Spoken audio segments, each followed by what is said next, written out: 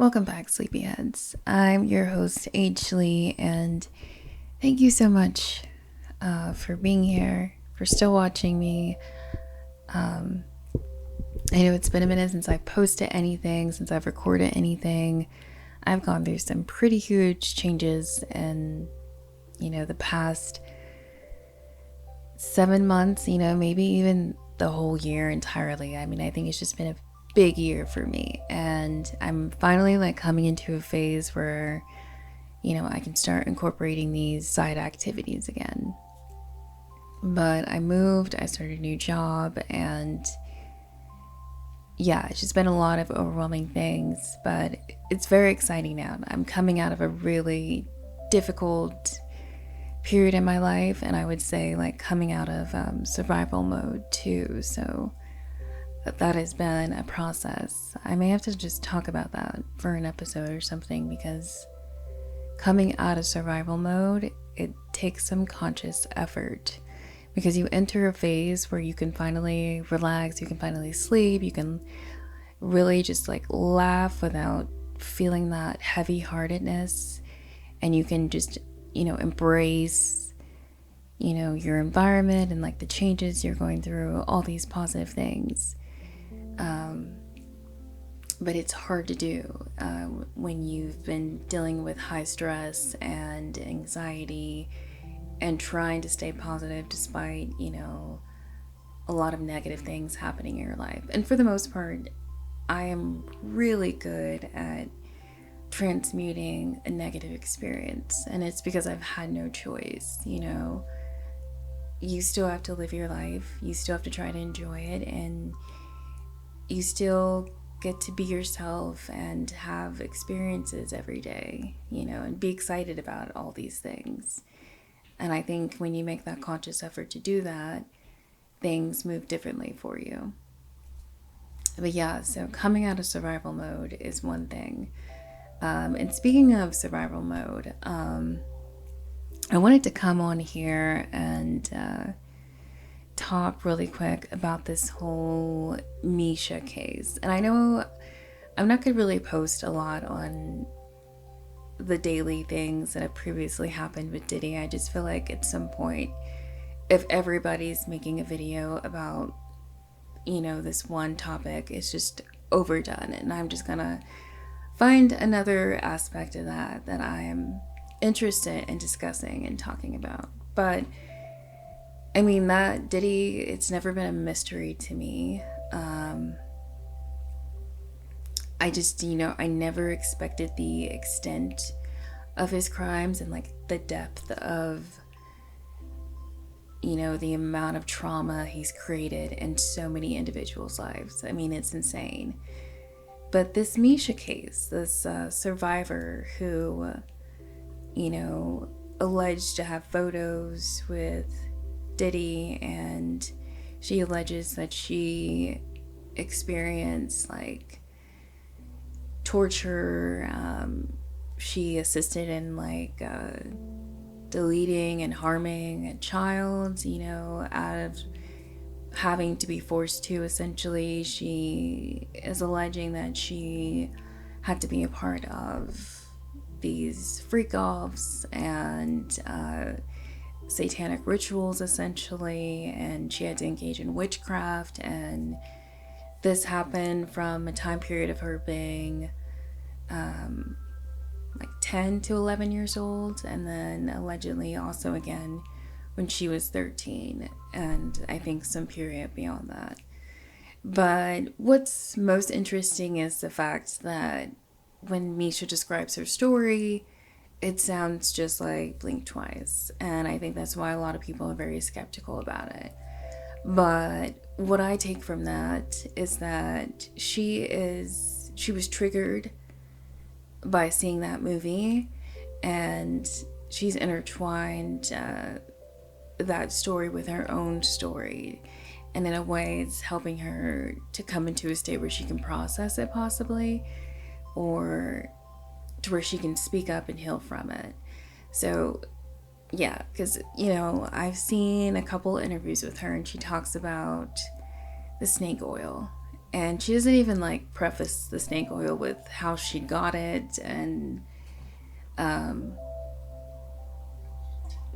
how she, knew what it did. And she talks about, she just says all these different aspects that were shown in the movie. But also, that movie is allegedly also based off of true events. And so you have to wonder where that story came from. So you just really don't know in this situation. But I do believe she has a lot of details about Diddy and his mom and Cassie and Kim Porter, all of these individuals, and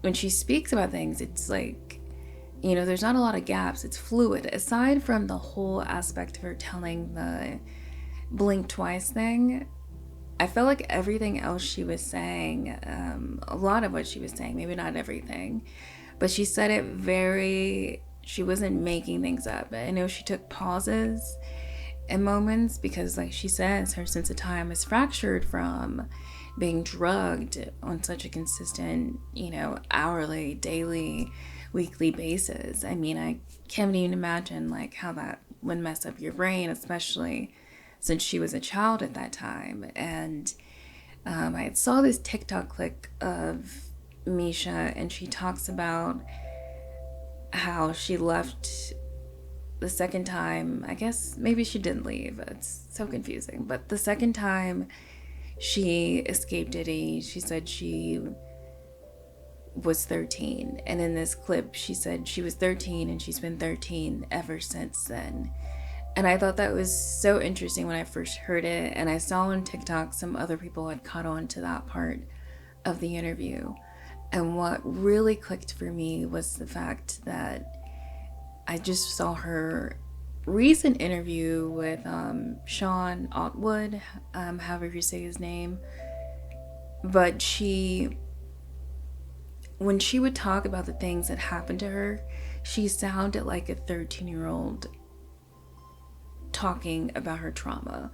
Like, she mentions like when she would talk about things that happened to her involving, her anus, she would say where number 2 comes out. She would say statements like that made it sound like you were talking to a child.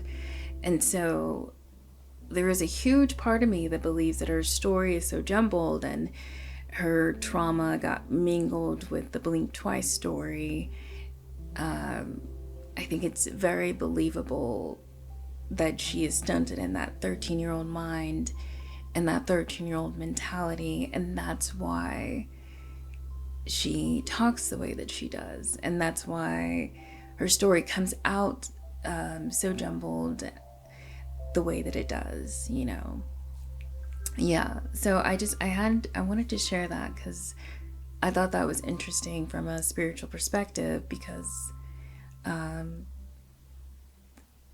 from my perspective, trauma, it has 2 sides to it. Either you can experience a trauma and it destroys your entire life, or you eventually go on to heal yourself and gain a lot of spiritual power and wisdom and upliftment through the process of transmuting trauma. That is the challenge when it comes to the spiritual difficulty of dealing with trauma. But the dark forces out there, the beings that, take over people's spirits, or,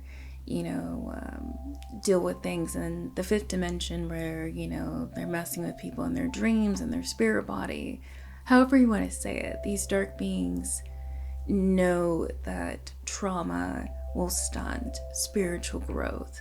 It will stunt a person's sense of self, which stunts their potential.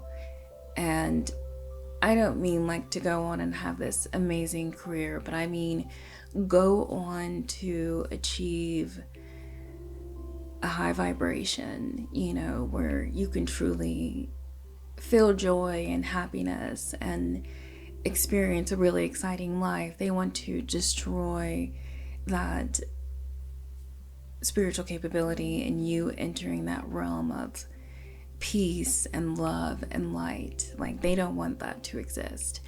And the cycle of trauma, you know, like that's what it's all about.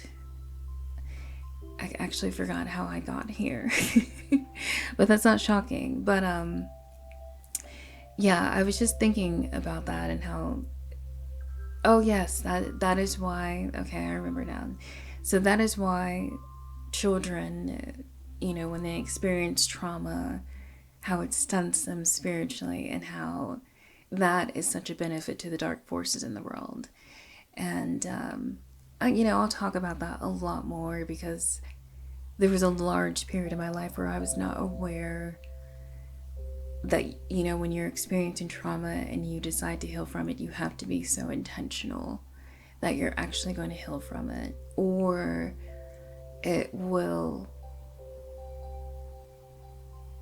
cause you to, it will stunt your spiritual growth, essentially. And if you don't, the point of setting the intention is that you're letting the universe know that you're ready to go on that healing journey, where you're going to be triggered. You're going to have to really spend time reflecting and facing your past and being disciplined in how you want to enhance your healing journey. And, you know, I mean that, are you going to work out? Are you going to make sure you spend time in nature? Are you going to have a support system? Or if it's just you, how are you going to support and take care of you?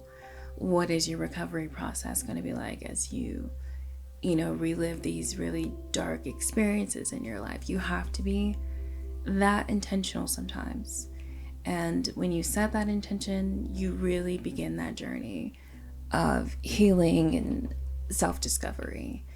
But yeah, back to where I was going though initially, was just the fact that it's interesting because Mesha is clearly stunted in her teenage self, and it's not surprising. Many children who experience that kind of trauma, or even just SA, or, you know, I can't say all the words that I would like to say, but you know what I'm trying to say. A lot of them are stunted until they begin that healing journey.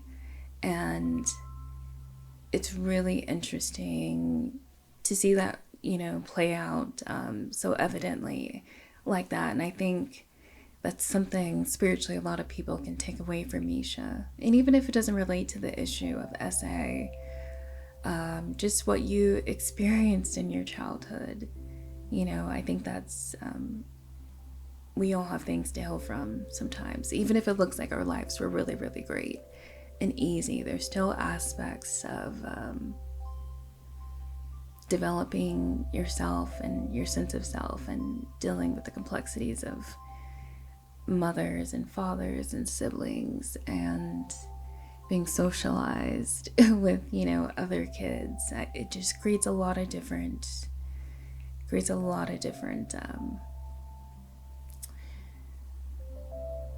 thoughts and feelings that really stick with you throughout most of your life. But yeah, so I get some water. Yeah, so I thought that was interesting. And that whole interview with Mesha and Sean and Jaguar, it wasn't great. And even you can tell, like, the men could not reel the women back in to have like a normal, healthy discussion. It just got heated, and I do think Jaguar Wright was being very insensitive because insensitive. Am I saying that? I don't know. But I do think she's being more critical, because when you think about it, she's being hypocritical, because we've all listened to everything Jaguar has been saying. You know, no one was immediately jumping down her throat like that in an interview. She had the space to tell her story, and it wasn't always coming out in like this beautiful, empowering way.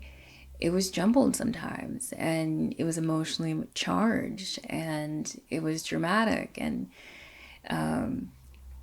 you know, I think she forgets that. And maybe she's triggered by the fact that, I'm sure she sees herself in Mesha in some way. I would even go as far as to say. And so it's almost like she's yelling at a younger version of herself, saying, like, get your shit together. You shouldn't be on camera talking about all this, and you need therapy. Because many would say that Jaguar Wright has a lot of therapy to continue to do. And I just thought that was interesting. And a lot of people have taken, now it's a bit more obvious, but even before, when people took leaps of faith and they believed Jaguar Wright when she was first coming out and telling her story, before all of this stuff has started to unfold in reality and manifest and prove her right, so I think that was interesting as well. So another spiritual lesson. And sometimes when you feel like you want to jump at a person or somebody annoys you, maybe, it is truly because they're doing something that you do that annoys yourself, and it's easier to be angry at somebody else than it is to have some introspection and say, wow, I know I do that too. That's probably why I'm so annoyed, because I hate it when I do that, or I hate that I've experienced something similar to that, and I was just as fractured. My thoughts were just as unorganized, and I was coming about it in the wrong way, maybe in the beginning, going online the way that I did. Maybe she has some regrets there. I think there's some, I think there's a deeper level of why they had that kind of interaction. But I don't know if everybody's seeing it that way. But I thought that was interesting and disappointing at the same time. But I'm intuitive enough to understand that why, Jaguar Wright responded that way. So it's not shocking in a sense. I think in a way, as all interactions can be, I think that could be a really healing experience for her to think about why that was so triggering. And maybe these two can come back later in time and have a discussion, about what they've experienced and, what they have in common. Because let's be real, Mesha's memory being stunted as a 13-year-old is extremely fragmented. And it's not surprising that she can't recall exactly where she saw Jaguar Wright, if and when that actually occurred, and why she has that, why her memory is blurred up in that way. We don't know. We really don't know. There's a lot of different ways you could look at that. But what I also thought was interesting during the Sean Atwood interview is that Mesha brought up, allegedly from her experience, that Diddy was operating like a pimp to Cassie, Kim Porter, and other women, and herself. And she said all the different women were at different levels. Some of the women got money, but she, like women like her, or girls like her, they did not get money. She said Diddy would buy them clothes or shoes or something, but they never got money, and women were treated differently at different levels. And I bring this up because I think about Kalina Harper and that interview that she did with Breakbeat Media, and she clearly was jealous of Cassie and the way she talked about Cassie having a lot of money, having a nice apartment, and the attention that Diddy gave her. It really made me think about the whole pimp thing and all the women being at different levels and being treated differently. It makes me think that I would not be surprised if him and Kalina had sexual relations or something was happening in that arena, allegedly. Just my thought, just a theory here. But it wouldn't shock me that she was treated on a lower level despite, giving herself to Diddy, or, giving in to his madness just for the sake of her career and having a financially comfortable life, essentially. Allegedly, just a theory. But I thought that was interesting. And the competition, it really makes you think, like, because Mesha was like, no, some girls get paid more than other girls or get more money than other girls. So Cassie was getting more money than Kalina, and Kalina resented that, allegedly. So I thought that was really interesting, and it made me, there's a lot of aspects of Mesha's story that I believe, but that really validated some things, and it just gave me the reassurance I need to keep believing her. But yeah, I think that's pretty interesting and something for people to think about.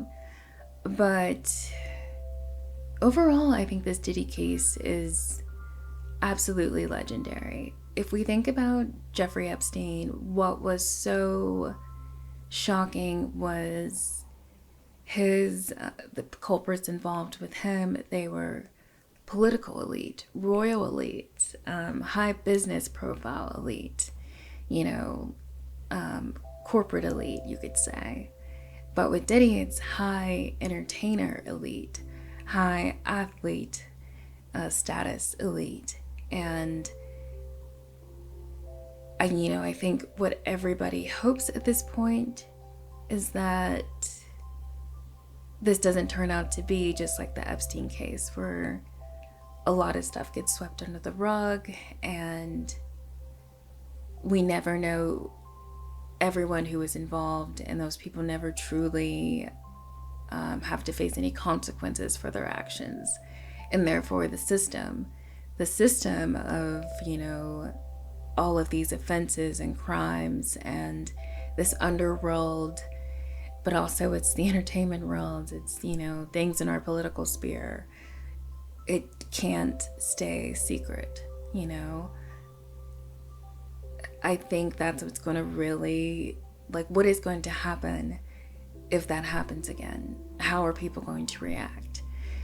TikTok, since the Epstein case, TikTok has really become a stronghold for truth tellers and people having these kind of conversations. And more people are aware that,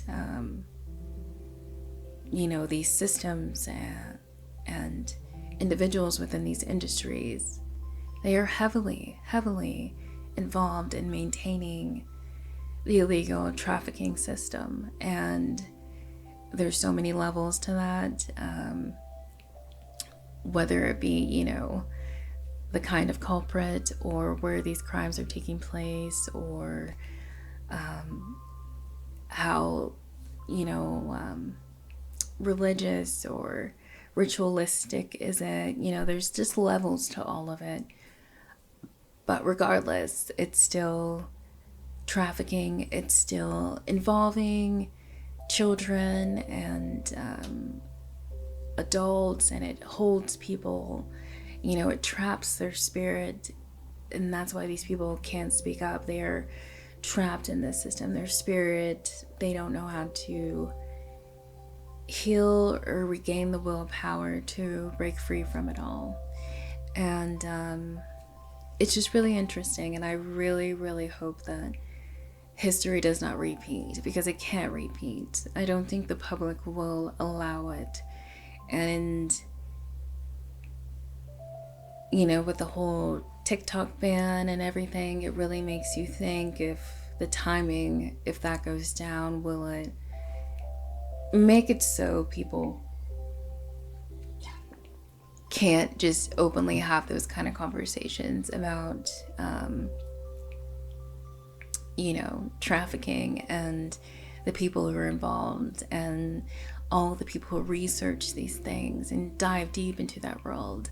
It really closes a door for everyone, and I think that's it's kind of scary for me, because we're at a point where people have the level of awareness where we will need to see dismantling. We will need to see things truly happening. And I would be okay with the entertainment industry being demolished and at some point being rebuilt on the purity of art and genuine people and good leaders and good practices and HR, HR offices and these studios and protection for children, all that stuff. Like, you would want to see that happen.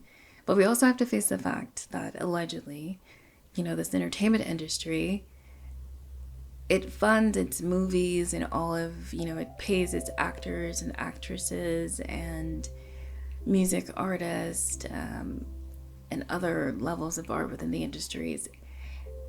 Allegedly, it's not just business that they make their money off of. There's a whole world of crime that's tied into these old entertainment establishments and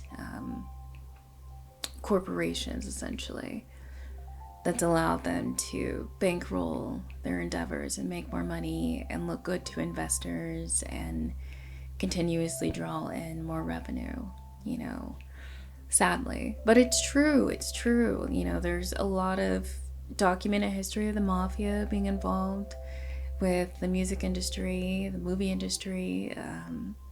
It's not a lie, but it'll just be interesting to see how things unfold. And I really hope that more names are exposed as far as culprits. I think that's so important. People should not be able to just pay their way out of these things. It's crazy to me. It just drives me nuts. And it's crazy because people are held to such, like the general public, you're held to such high standards as far as like, when you get jobs and everything and background checks. And then you think about these people who make so much money or in these positions of power, and they're not being held to the same level of like overview and checks and balances, essentially.